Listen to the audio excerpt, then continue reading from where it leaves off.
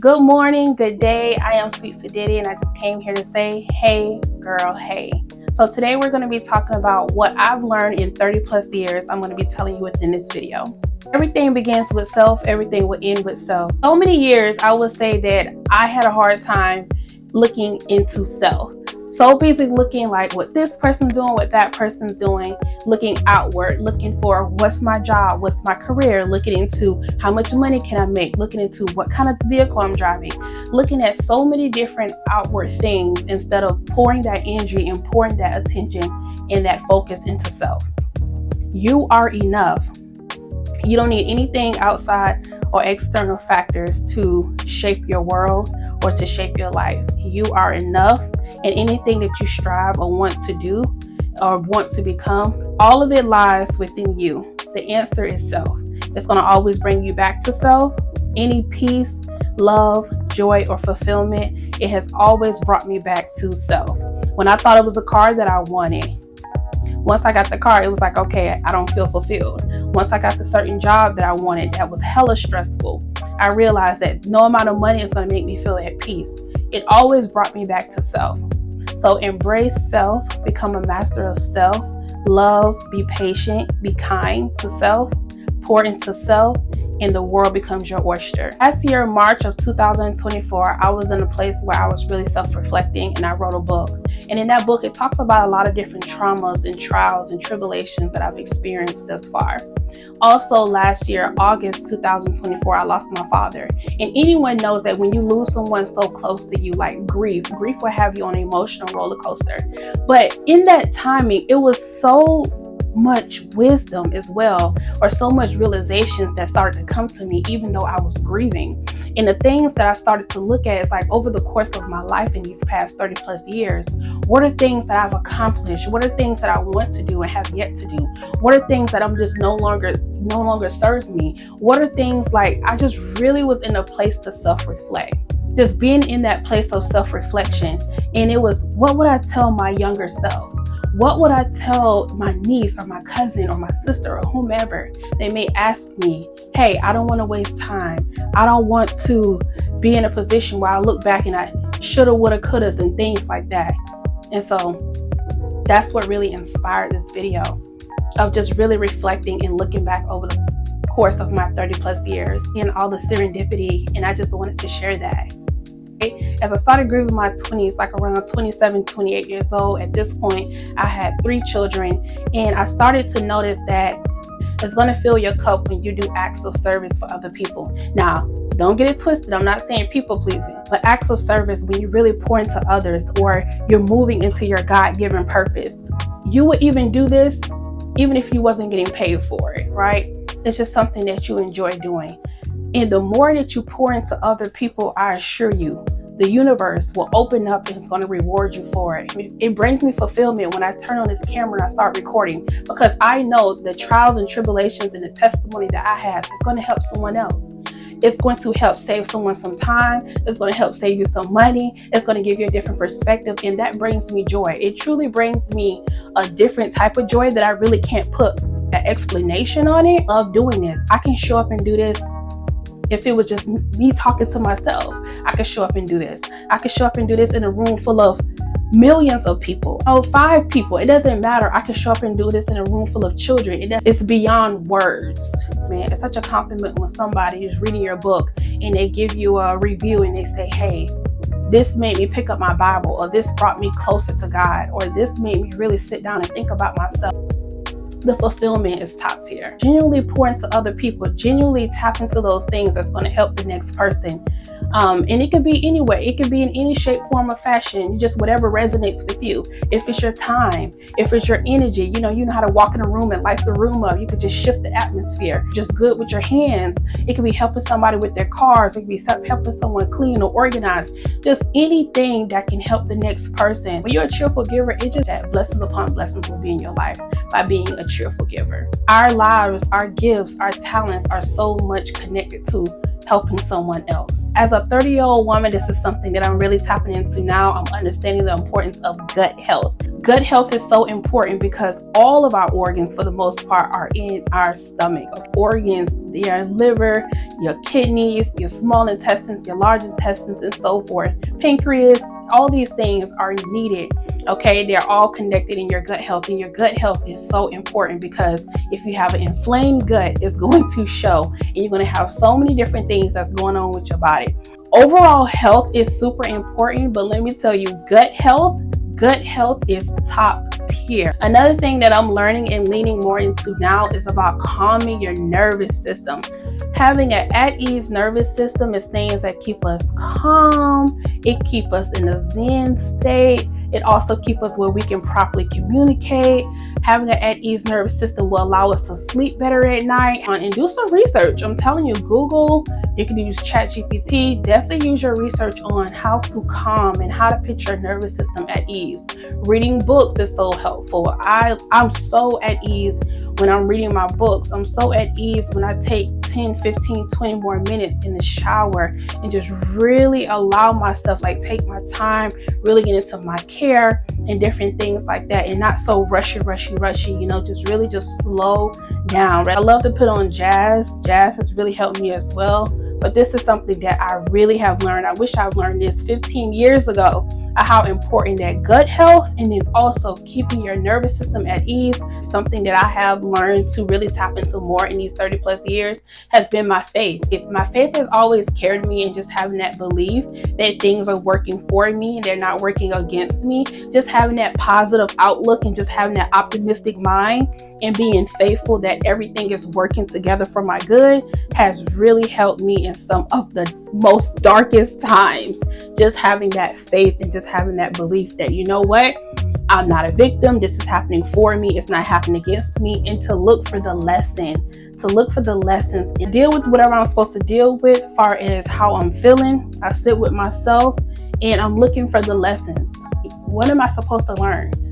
Is this to make me stronger? Do I need to be more direct? Do I need to, you know what I'm saying? Whatever the case may be. But every day it's not lollipops and gumdrops. So there will be some trials and tribulations. There will be some obstacles. These are normal for everybody. Like, it's not personal.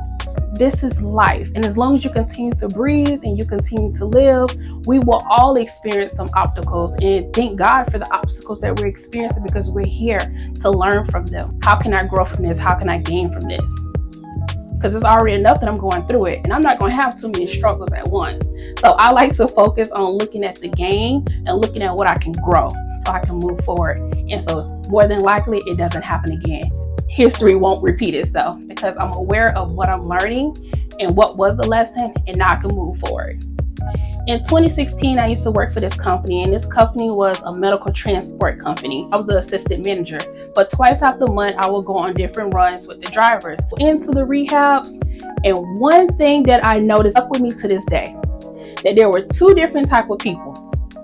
There were people that had a kick-ass attitude about things that has happened to them in life, and they refused to get down. They refused to be a victim. And so they had they were upbeat, they were energetic, they were ready to go on their activities for today, whether that was gym class, whether that was cycling, whether we were taking them out to eat, different things like that. They were excited. They were pumped about life, let me tell you. And it's not because they were just all smiles, but energetically, they were happy. They were excited. You had some of the women, they were putting on their lipstick, even though they may have lost all their hair, they were still like just brushing their hair. And you could just really tell energetically, they were excited about life. Then you had others that was not so excited. They were grumpy. And these were the people that I had noticed tend to, the more grumpier ones, the ones that did not want to be bothered, more agitated. Sure, they had their reasons why, and I totally understand.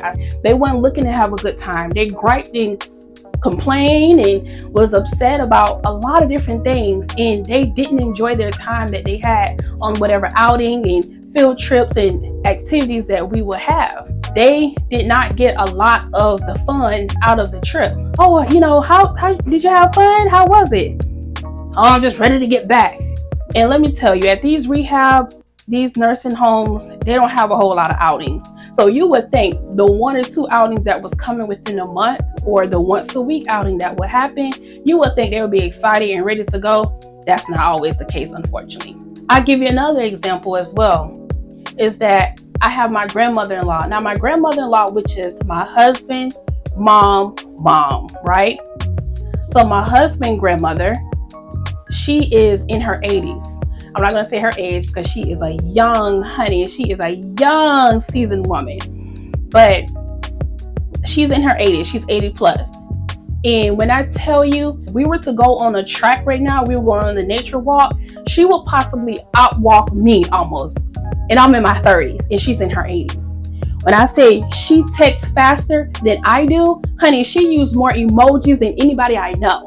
She has an iPhone. She does her walks in the morning with her girlfriends. She still drives. Let me tell you, this woman don't allow anything to slow her down. She takes care of her full house by herself. Now, she does sometimes need help for us to come over and do different things that may be a little heavy, a little bit more grunt work. But other than that, she takes care of her household. She is moving and she is grooving, and she grab her car keys and go where she please. You hear me?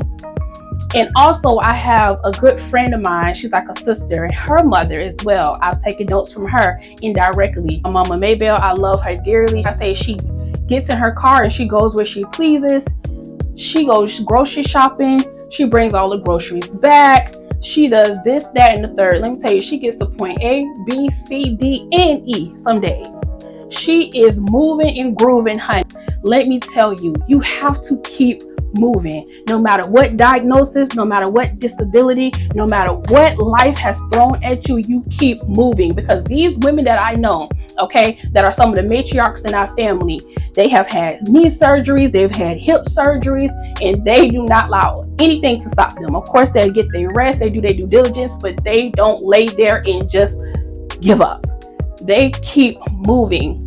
So this is something that it has taught me as a 30-year-old woman. Keep moving and grooving no matter what adversities. I keep saying moving and grooving because I don't know, it just sounds cute. However, I'm showing my age, right? So keep moving no matter what obstacles, no matter what adversities are thrown your way. Get your proper rest, treat yourself, take care of yourself, of course, but do not lay there and be a victim. Do not lay there. Keep moving, okay? Be your number one advocate. Be your number one cheerleader. You be your number one fan. You be your number one cheerleader. You keep moving. You keep grooving.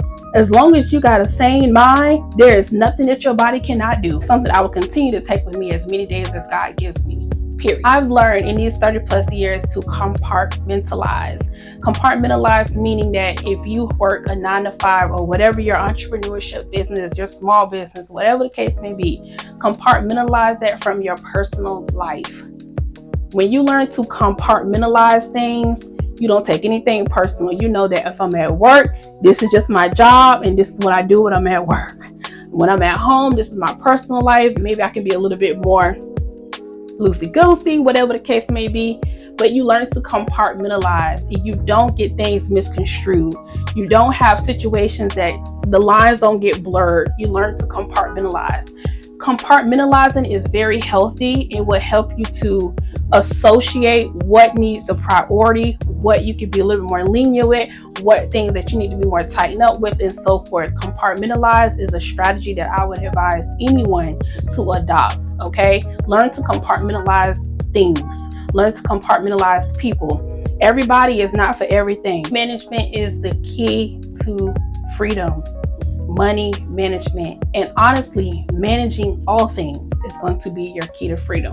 When you learn, it's so easy to obtain things. It's so easy to get the said thing. Whatever that may be, the things that may come to mind when you think of all the things that you may want to acquire, you may want to get. Once you have those things in your possession, it means nothing if you don't know how to manage those things. To whom much is given, much is required. So the more you have, the more it's required of you to steward those things well, to manage those things well. Because if you don't be a good steward of the things that you are blessed with, or things that you have, you will lose it. Unfortunately, adopt the mentality of how to manage things. Know how to manage your emotions. Know how to manage your money. Know how to manage your health. Know how to manage people. learn the strategy, learn to manage things, you learn to steward them well, and that's going to be phenomenal. It's going to help you get to the next level, because there's levels, levels, and levels, and levels. Once you reach one level, there's another level to reach. So learn to manage things very well. I have not always been the best manager in life, and I have learned from those things. I had a credit card, ran the credit card up. I'm telling you, I had to pay for that. I was like 24 years old. I've had to pay for it. It was not the best. It was already a secured credit. Listen, I can go on and on, but manage things well, okay? So you don't have to spin the block again and have to repeat. You know what I'm saying? Do it right the first time. Learn to manage things well, and it's going to be so beneficial for you. It's going to save you so much time. These are some of the things that have been so profound for me, and I'm so blessed to have learned the lessons thus far.